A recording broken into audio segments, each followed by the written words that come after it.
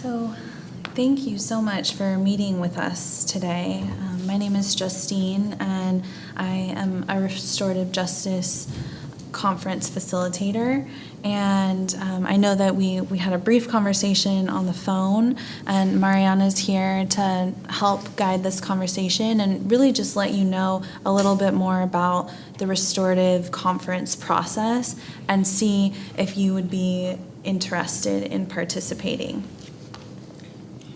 So I can just start off by explaining a little bit about the process. When we say a restorative conference, what we mean is that would be an opportunity for you to come together with David, the other student that you fought with, to talk about the incident that happened and take responsibility for the pieces that you can. And we'll talk a little bit more about that. And share the impact of the incident on all of you, your whole family, and on you, and also figure out a way to move forward. Part of that process also includes having mom and dad present and other members of that might be a support to you and to David, to the other student, so that it becomes a community process and a way that everyone that was involved and also impacted by the incident could support each other in moving forward. So I want you all to know that everything that we say here is confidential. It won't be used in the expulsion process or in any other process. This is really our opportunity to just speak freely about what your experience was and what you've been going through. And the only caveat to that is mandatory reporting. So if if anyone was going to hurt someone else or yourself, then we would have to follow up with that to make sure that you're safe. So Derek, would you like to share with us what happened maybe prior to the incident and then during the incident? Okay. I have class with David. We were all in class, and I heard him talking about sports. So I made a joke, and everybody started laughing. I didn't really think it was a big deal, nothing like that, And I guess a couple weeks later, we saw each other in the hallway. We bumped each other. Maybe I said something. I don't really know. Maybe I said something to him, but it wasn't really a big deal. We just kept going our own ways. And then in the locker room, we were all in the locker room, and of course we were talking about sports, and I made a joke. Everybody laughed again, but I guess he wasn't really happy with that I told a joke or whatever. Maybe he thought it pertained to him. I don't really know. But, so he got mad and said some things about me being black and stuff and, some really racist things. So I did what I had to do. I got angry and, we ended up fighting. I want to go back a little bit. Earlier you said that when you walked into class, you heard him talk about sports and that you made a joke toward him. I don't know. I wouldn't say it was towards him, but just, I don't know, maybe if he felt like it was towards him. Why do you think that he would have had that feeling that it was towards him? Maybe because a lot of people say that he might be gay or something. Okay. And your joke was about that? Yeah. Can you share more details about that? What exactly did you say?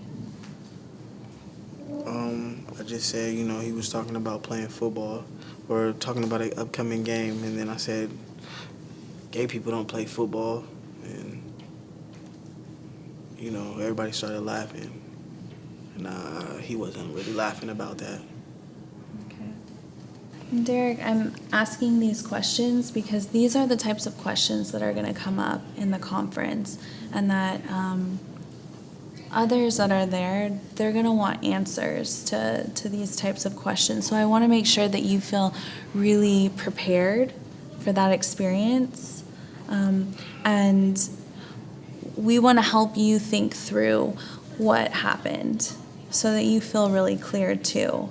And so that you can share as directly as possible about the things that happen. And the more that you can share the exact words and the exact jokes that you use, the more helpful it'll be for people that are there. And we're having the same conversation with David and asking him to really be clear on what he can take responsibility for too, because it does seem like there was an interaction between both of you, and it wasn't just one person's fault, right? Yeah. So in the spirit of that, if we can kind of talk a little bit more about what exactly was said, because that'll be really helpful to share with everyone too, even though it's hard, I know. Okay. When you saw his reaction, did you know then that maybe it wasn't a joke, or? Yeah. Yeah, but I mean, I guess in the moment people were laughing, so I really didn't care. And thinking back to that moment, if you were on his end of it and someone called you something that maybe hurt you and everyone was laughing, what do you think that experience may have felt like for him? It probably felt pretty bad.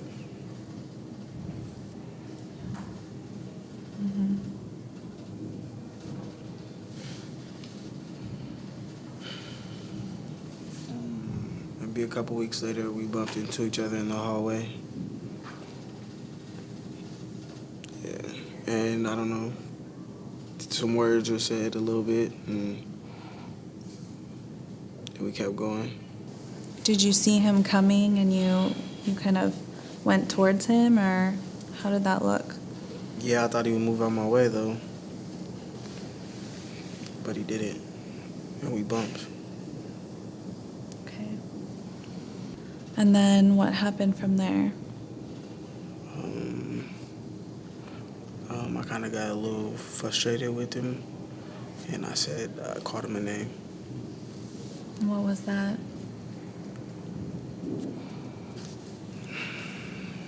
I called him a faggot.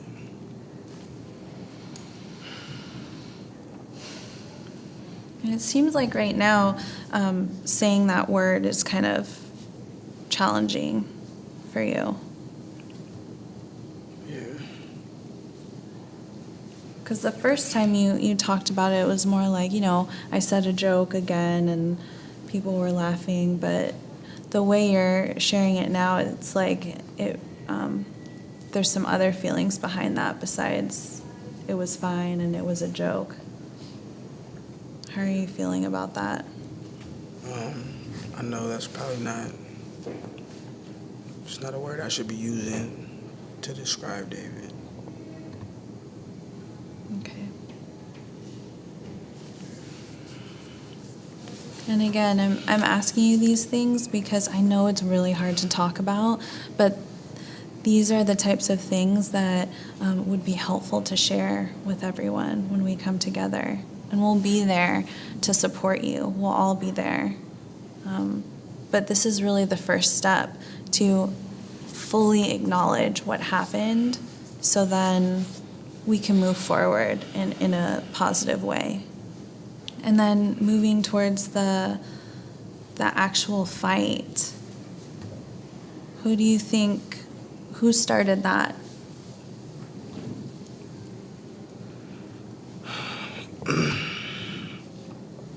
I probably started it because I said another joke in the locker room. Probably. I did say another joke. Okay.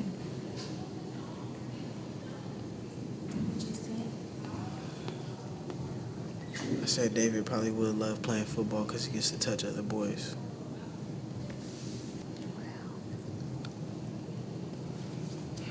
Is that what being a man is to you? I don't know. When you guys hear that this is what happened, you know, you're going to be there in the conference as well and have an opportunity to share who Derek is and what the impact was on you that day that all of this happened. So Derek, now that we've kind of talked about the process and, you know, really gone in depth about your experiences, are you feeling like you would like to move forward with this process and meet with all the other people involved? Yes. I realize I gotta take responsibility for the part I played in this. Okay. Perhaps you could start thinking about what you could do to make things better with David and repair any harm that was done or the harm that was done. And then also think about what you would say to him on that day. Maybe say to his family.